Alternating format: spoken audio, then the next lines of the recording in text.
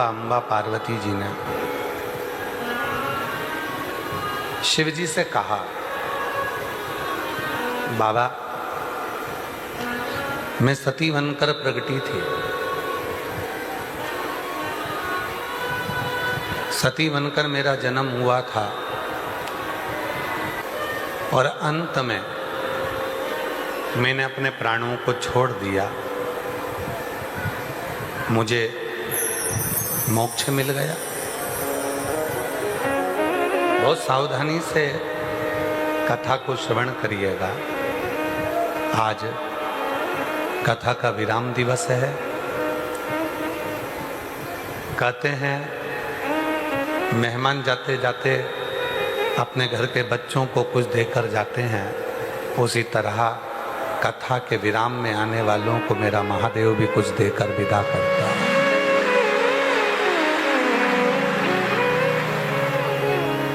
माँ पार्वती जी कह रही हैं कि मैं सती बनकर जन्मी और अंत में मैंने अपने पिता के द्वारा जब आपका अपमान देखा तो मैंने अपना शरीर छोड़ दिया, मैं मोक्ष पा ली। शिव जी ठाका लगाकर हंसे। भगवान शंकर खूब तेज मुस्कुरा, खूब हंसे। और देवाधिदेव महादेव जब ठाका लगाकर हंसे, शंकर जी के चेहरे पर जब मुस्कुराहट थी, हंस रहे थे। पार्वती जी ने पूछा कि तुम क्यों हंस रहे हो? शिव जी कहते हैं मेरे हंसने का कारण केवल इतना है कि तुम कह रही हो कि मैं मर गई, प्राण छूट गए और मैंने मोक्ष पा लिया, मुझे मोक्ष मिल गया। शिव कहते हैं पार्वती, आत्महत्या कर लेना मोक्ष नहीं है।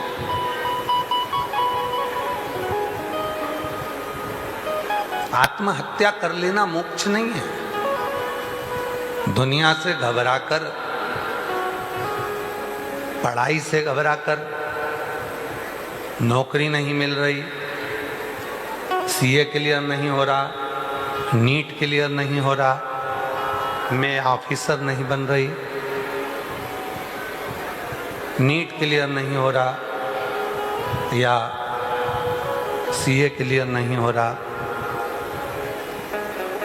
और हम कहीं से कर्जा ले लिए है, वो कर्जा नहीं चूक रहा, कोई बहुत बड़ी तकलीफ आकर खड़ी हो गई, वो मिट नहीं रही, कोई केस हमारे जीवन में आ गया, वो मिट नहीं रहा और आप अपने शरीर को छोड़ दिए, आत्महत्या कर ली। शिव जी कहते हैं आत्महत्या करना ये मोक्ष नहीं है, इसको मोक्ष नहीं कह सकते।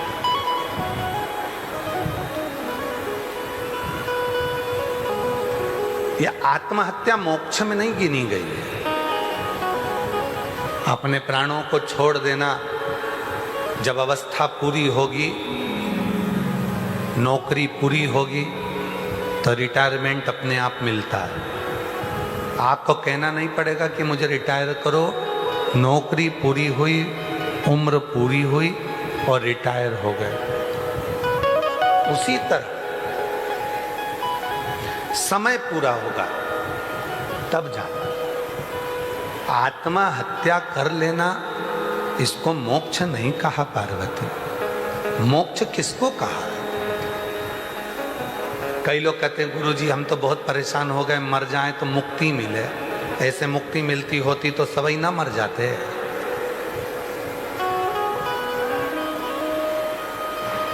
अगर ऐसे मुक्ति मिलती तो लोग तो मर जाते।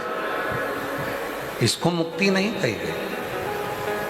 मुक्ति किसको कही गई? मोक्ष किसको कहा गया? आत्महत्या कर लेना इसको मोक्ष नहीं कहा गया। मर जाना इसको मोक्ष नहीं कहा गया। मोक्ष किसको कहा गया? आत्महत्या करने की जगह अपने भीतर के अहंकार का, अपने भीतर के काम का अपने भीतर के क्रोध का, अपने भीतर के लोभ का, अपने भीतर की आसक्ति का, अपने भीतर की वासना का हत्या कर देना, इसको मोक्ष कहा गया। अपने भीतर की जो आसक्ति,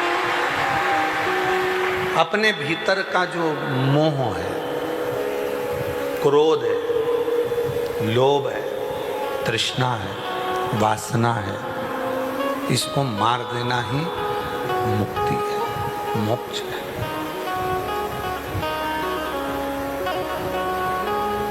और शिव का भक्त तो, अगर कोई शंकर भगवान का सच्चा भक्त है ना, तो वो मरना ही नहीं चाहता। लंकापति रावण को देखो, शंकर का भक्त था, मरना ही नहीं चाह रहा था, मेरे को मरना ही नहीं। शिव का भक्त मरना नहीं चाहता। किसी ने पूछा क्यों, तो कहा मर जाऊंगा तो बैकुंठ में जाकर करूंगा क्या, जीवित रहूंगा तो महादेव को एक लोटा जल तो चढ़ाता रहूंगा। मरना, मैं मरना नहीं चाहता। जब भी जन्म मिलेगा सेवा करेंगे तेरी, जब भी जन्म मिलेगा सेवा करेंगे तेरी। कहते तुमसे बाबा शरण पड़ेंगे तेरी, कहते तुमसे बाबा शरण रहेंगे तेरी। देना साथ हमारा बाबा बन के तुम साथी, देना साथ हमारा बाबा बन करके तुम साथी। बम बम भोलानाथ हमारा तुम्हारा तुम्हारा, बम बम भोलानाथ हमारा तुम्हारा तुम्हारा हमारा। जब भी जन्म मिलेगा सेवा करे, जब भी जन्म मिलेगा सेवा करेंगे तेरी। कहते तुमसे बाबा शरण पड़ेंगे तेरी, कहते बाबा बाबा शरण रहेंगे तेरी। ना साथ हमारा बाबा बन करके तुम साथी, देना साथ हमारा बाबा बन करके तुम साथी। बम बम भोलानाथ है हमारा तुम्हारा तुम्हारा हमारा। हम आपके हैं, आप हमारे हो। शिव का भक्त, शंकर भगवान का उपासक मरना नहीं चाहता। वो भीतर के अहम को, भीतर की तृष्णा को, भीतर की आसक्ति को, भीतर के काम को, भीतर के लोभ को भीतर की भीतर मार देता है। मार, मोक्ष नहीं है आत्महत्या कर लेना। आत्महत्या को मोक्ष नहीं कहा गया, मुक्ति नहीं कही गई।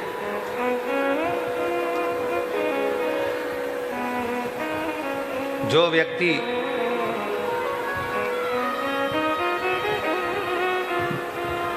दिन की ड्यूटी नहीं कर पाता तो उसको रात की ड्यूटी में लगाया जाता है। अगर उसने 3 घंटे की ड्यूटी करी और जो समय बचा तो उसके ओवर टाइम कराया जाता है।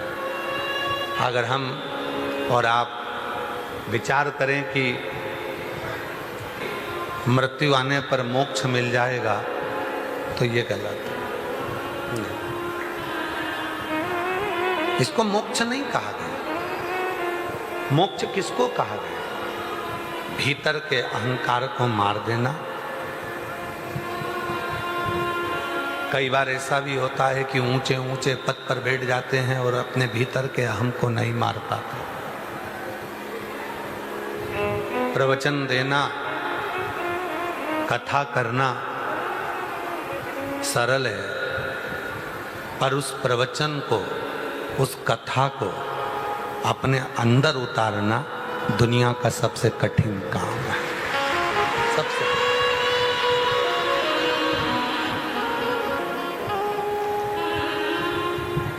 दुनिया का सबसे कठिन काम। प्रवचन देना सरल है, कथा कहना सरल है, भागवत वाचना सरल, शिव पुराण कथा वाचना सरल, रामचरितमानस वाचना सरल, विष्णु पुराण, देवी पुराण, सारी पुराणों को वाचना सरल है। पर उस पुराण को अपने भीतर उतारना, उसकी बातों को अपने भीतर उतारना और उन बातों पर अमल करना बहुत कठिन है।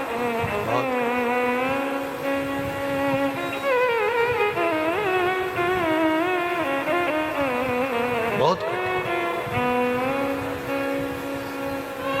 आज के जमाने में जिसको देखो वही बहुत सारा ज्ञान दे रहा होगा, बहुत सारा बोल रहा होगा, पर उसके बोलने में, पर उसके कहने में क्या जितनी बात वो बोल रहा है उतनी बात अपने ऊपर अमल कर रहा है? हम आप लोगों से कहें कि एक लोटा जल चढ़ाओ और आप लोग एक लोटा जल चढ़ाएं और हमारे घर के लोग ना चढ़ाएं तो ठीक रहेगा? इसलिए शिव पुराण की कथा वाचने से पहले अपने आप पर अमल करो, अपने ऊपर। आप कभी मौका लगे, हम जहाँ रहते हैं सीहोर में, उसके 8-10 घर छोड़ के ही शंकर का मंदिर है, शिव का। हमारे घर का चाहे छोटे से छोटा बच्चा हो, चाहे बूढ़े से बूढ़ा व्यक्ति हो, रोज प्रतिदिन एक लोटा जल लेकर शंकर के मंदिर जाते हैं और शिव को जल चढ़ाते हैं। प्रतिदिन जल चढ़ाएंगे, लेके आएंगे, घर के सभी सदस्य को देंगे, आचमन होगा, प्रोक्षण होगा, घर में छीटा जाएगा। घर की धर्म पत्नी भी जाएगी, वो भी जल लाएगी, छोटा भाई जाएगा, वो भी जल लाएगा, भांजा जाएगा तो वो भी जल लाएगा, भांजा बहू जाएगी तो वो भी जल लाएंगे, बेटे जाएंगे तो वो भी जल लाएंगे, छोटा बेटा जाएगा तो वो भी जल लाएगा, बेटी जाएगी तो वो भी जल लेकर आएगी। नियम है। क्यों? किसी की सामर्थ्यता नहीं है जो तुम्हारे आने वाले समय को बदल दे। आने वाले समय को तो वो एक लोटा जल और शंकर का चढ़ा हुआ जल ही बदल कर, किसी की सामर्थ्यता नहीं जो बदल, उसको बदलेगा तुम्हारा एक लोटा जल।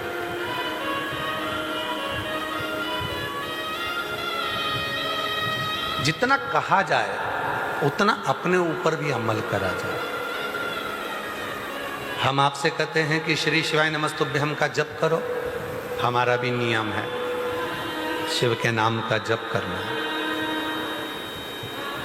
श्री शिवाय नमस्तुभ्यम को जप,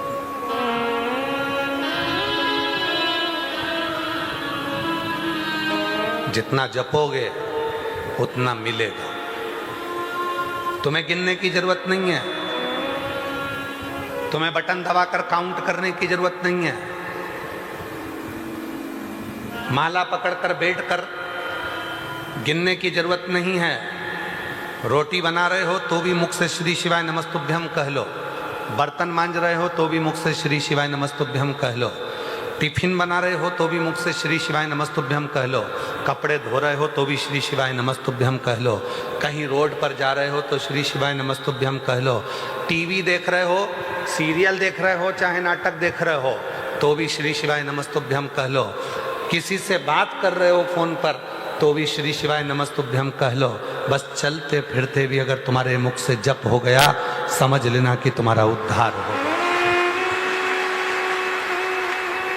बैठना नहीं है।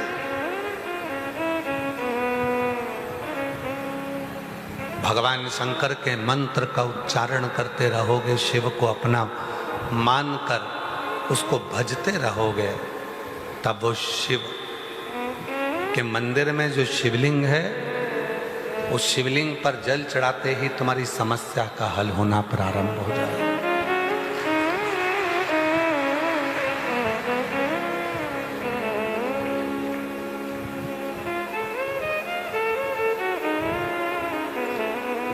शिव महापुराण की कथा बाँचने के बाद इतने सालों में, 25-30 सालों में ये देखा कि शिव पुराण की कथा ने प्रत्येक मनुष्य के हृदय में शिव के प्रति प्रेम जागृत हो गया।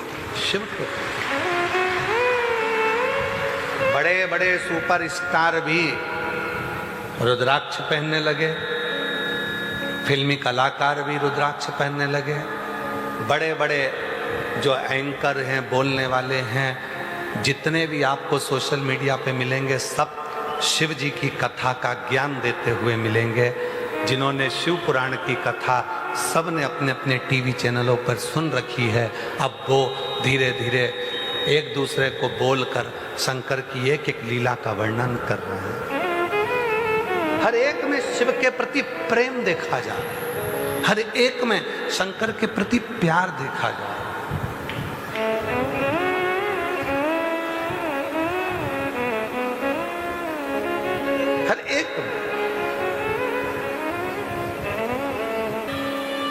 हर एक की निगाह में, हर एक की दृष्टि में प्रेम है, वो शिव के प्रति।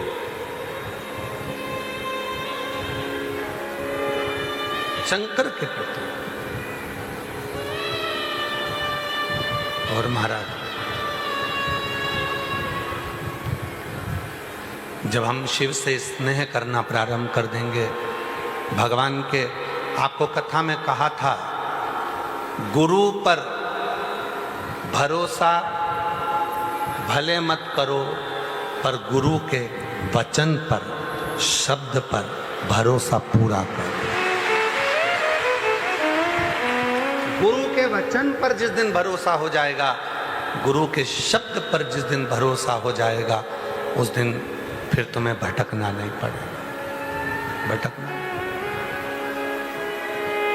जिस दिन गुरु के वचन पर तुमने भरोसा कर लिया, जिस दिन गुरु के शब्द पर भरोसा कर लिया, जिस दिन तुमने विचार कर लिया कि मैंने सुना है कथा में, मैंने कथा में सुना है एक लोटे जल का महत्व, मैंने कथा में सुना है दुर्वा चढ़ाने का महत्व, मैंने कथा में सुना है बेलपत्र का महत्व, मैंने कथा में सुना है शिव की भक्ति का महत्व।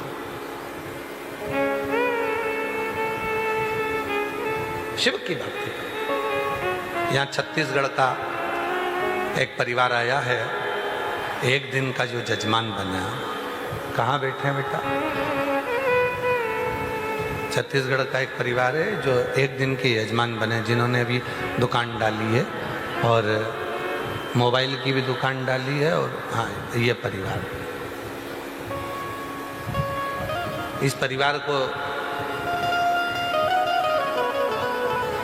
कुछ नहीं था, कुछ भी नहीं। कल वो बेटा बता रहा था तो हमें सुनकर आंखों में आंसू आ रहा था। कुछ नहीं था, खाने तक के लाले पड़ रहे थे, कुछ नहीं।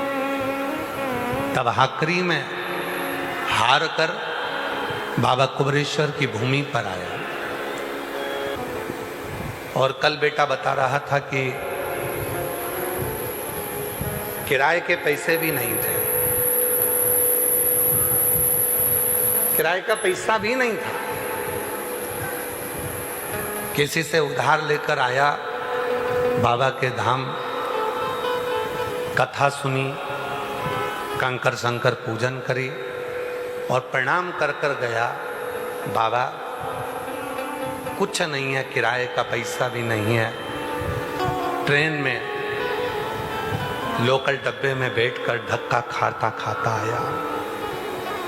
2 दिन बाबा के चरणों में 3 दिन पड़ा रहकर विनय करी, विनती करी। फिर अगले साल आ गए। 1 साल में नहीं मिला तो अगले साल फिर पहुंच गया।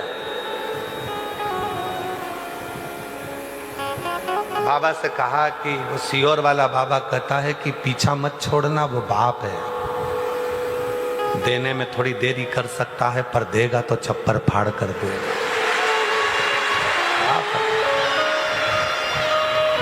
और वो बेटा तीसरी बार आया, बाबा से विनय करा, कुछ तो कृपा करो।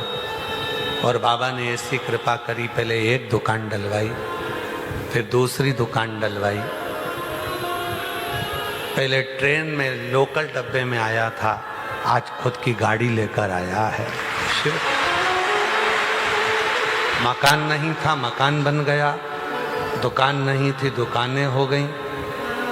और बाबा की कृपा से दुकान भी ऐसी कि क्षण भर के लिए भी छोड़ नहीं सकते। दोनों बहन एक दुकान संभालती है, एक भाई संभालता है, पापा मम्मी देखते हैं। और बाबा की कृपा से बाबा ने छप्पर फाड़ कर देना। बैठो बैठो। एक विश्वास,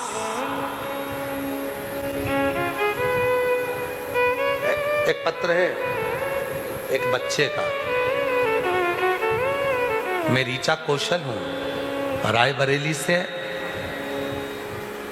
उत्तर प्रदेश से आई हूं। पति का नाम अमित कौशल है, बेटे का नाम ओम कौशल है। कहीं बैठे हो तो हाथ हिला सकते हैं। बेटे का नाम ओम कौशल है। गुरुजी 5 फरवरी 2025 को मेरे बेटे को ब्लड कैंसर हो गया। कहीं बैठे हो और आए हो तो बच्चे को भी ला सकते हैं। मेरे बच्चे को ब्लड कैंसर हो गया। गुरुजी मेरा बच्चा लखनऊ अपोलो हॉस्पिटल में बेटे का इलाज करा रही हूँ। बेटे को कीमो चल रहे थे, हम लोग बहुत दुखी थे। लगता था कि बेटा सही होगा कि नहीं, पैसे की बहुत दुखी थे। पैसा पर पैसा लग रहा था, कुछ था नहीं हाथ में। बेटे का इलाज कराते रहे। एक दिन डॉक्टर ने कह दिया कि ये ठीक होगा नहीं, मुश्किल है, आप भले पैसा लगा रहे हो पर ये बच्चा ठीक नहीं हो सकता। क्या करें? हम लोग हार चुके थे। तब लखनऊ के किराए के घर में रहते और उसका इलाज करवाते। खुद का मकान बेच दिया इलाज के लिए, जमीन बेच दी इलाज के लिए, किराए के मकान में आ गए और हम इलाज कराने लगे।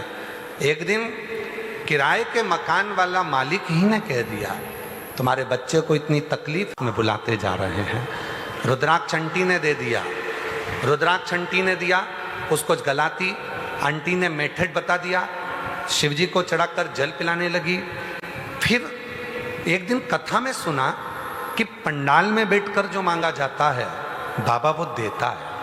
पर डॉक्टर ने कहा कि बेटे की तबीयत इतनी खराब हो गई है कि भीड़ वाली जगह पर जाएगा तो इसको इन्फेक्शन हो जाएगा, इन्फेक्शन हो जाएगा और वहाँ क्या पता क्या खाएगा क्या पिएगा और बच्चा हो सकता है कि और ही ज़्यादा डल हो जाए। अब मन में सोचा कि करूं क्या, पंडाल में बैठकर कथा सुनने का महत्व है पर अब करूं तो करूं क्या।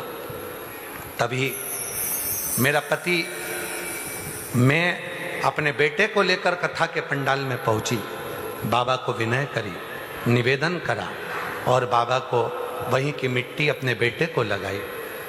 5 पंडाल बेटे को लेकर गई और बाबा ने ऐसी कृपा करी ना जाने कहां से पैसे की व्यवस्था होना प्रारंभ हुई। लाखों रुपए जो तो मेरे खुद के घर में नहीं आए, वो किराए के मकान में ना जाने कहां से आना प्रारंभ हुए, और बेटे का इलाज भी हुआ। और आज बाबा की कृपा से उसकी सारी रिपोर्ट नील आ गई है। बाबा को मैं प्रणाम करने के लिए आई हूं। उसकी सारी एक लाइन लिखी है उसने, उसको पढ़िए। खाली ना जाता कोई तरसे तुम्हारे, पहुंची हूँ शिव को गुरु बनाने के लिए पहुंची हूँ। शंकर को गुरु बनाऊं, ये मेरी कामना है, इच्छा।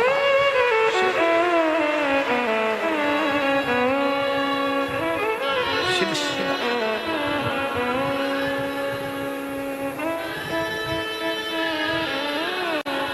फाइल मोटी हो सकती है, थोड़ा समय लग सकता, पर हिम्मत मत हारना, हिम्मत मत हारना। ये बॉम्बे वाले जजमान बैठे हैं, इनका बहू रसोई घर में काम कर रही थी, और रसोई घर में काम करते करते गैस का वो चिमनी फट गई। पूरा चेहरा, पूरा शरीर, ये बेटी को देखिए, इस बेटी का पूरा चेहरा जल चुका था। डॉक्टर ने कह दिया था ठीक होना मुश्किल है, हालत बहुत गंभीर है। पर सास का मन बाबा कुबरेश्वर में लगा हुआ था। उसने हॉस्पिटल में श्री शिवाय नमस्तुभ्यम और शिवजी पे चढ़ा हुआ जल बेटी पर, बहू पर छींटना प्रारंभ करा। आज बाबा की कृपा से जैसे पहले थी वैसी की वैसी होकर यहाँ आई।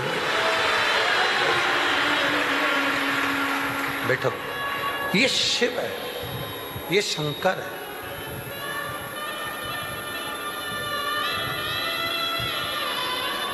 तेरे दरबार की बाबा निराली शान देगी है।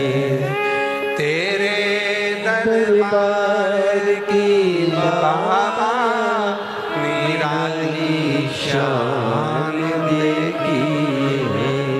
तुझे देते नहीं देखा, पर झोली भरी देखी। तुझे देते नहीं देखा, पर झोली भरी देखी। मुख दुनिया मोड़ेगी बाबा, तू मुख दुनिया मोड़ेगी बाबा, तू मुखड़ा ना मोड़। मैनू लगी परीती बाबा, तू मैनू लगी परीती बाबा, तू दुनिया मुख मोड़ लेगी, सारा घर का लोग मुख मोड़ लेगा। परसों कथा में कहा था 2 दिन पहले, बुखार आएगा तो कोई भी हाथ पकड़ लेगा, स्वास्थ्य खराब होगा तो कोई भी हाथ पकड़ लेगा, पर समय खराब होगा तो केवल महादेव हाथ पकड़ेगा, बाकी का कोई नहीं पकड़ेगा। स्वास्थ्य खराब होगा तो हाथ पकड़ने वाले बहुत मिलेंगे, पर समय खराब होने पर कोई हाथ नहीं पकड़ता। समय खराब होने पर तो केवल एक महादेव ही हाथ पकड़ता। एक भाई आया है यहाँ सीहोर रेलवे स्टेशन से, दंडवत करता करता सीहोर रेलवे स्टेशन से कुबरेश्वर धाम लगभग 15 किलोमीटर पड़ता है। सीवन माँ के तट से, नदी चौराहे से, माँ सीवन के तट से, हॉस्पिटल चौराहे से सीवन के तट से 11 किलोमीटर कुबरेश्वर धाम पड़ता है। वो दंडवत करता करता आया, कहीं बैठा हो उसका स्वास्थ्य पूरा खराब हो गया था, डॉक्टर ने मना कर दिया था यह अब रहेगा नहीं, शरीर बेकार हो गया था, कतराया है उसका शरीर पूरा बेकार।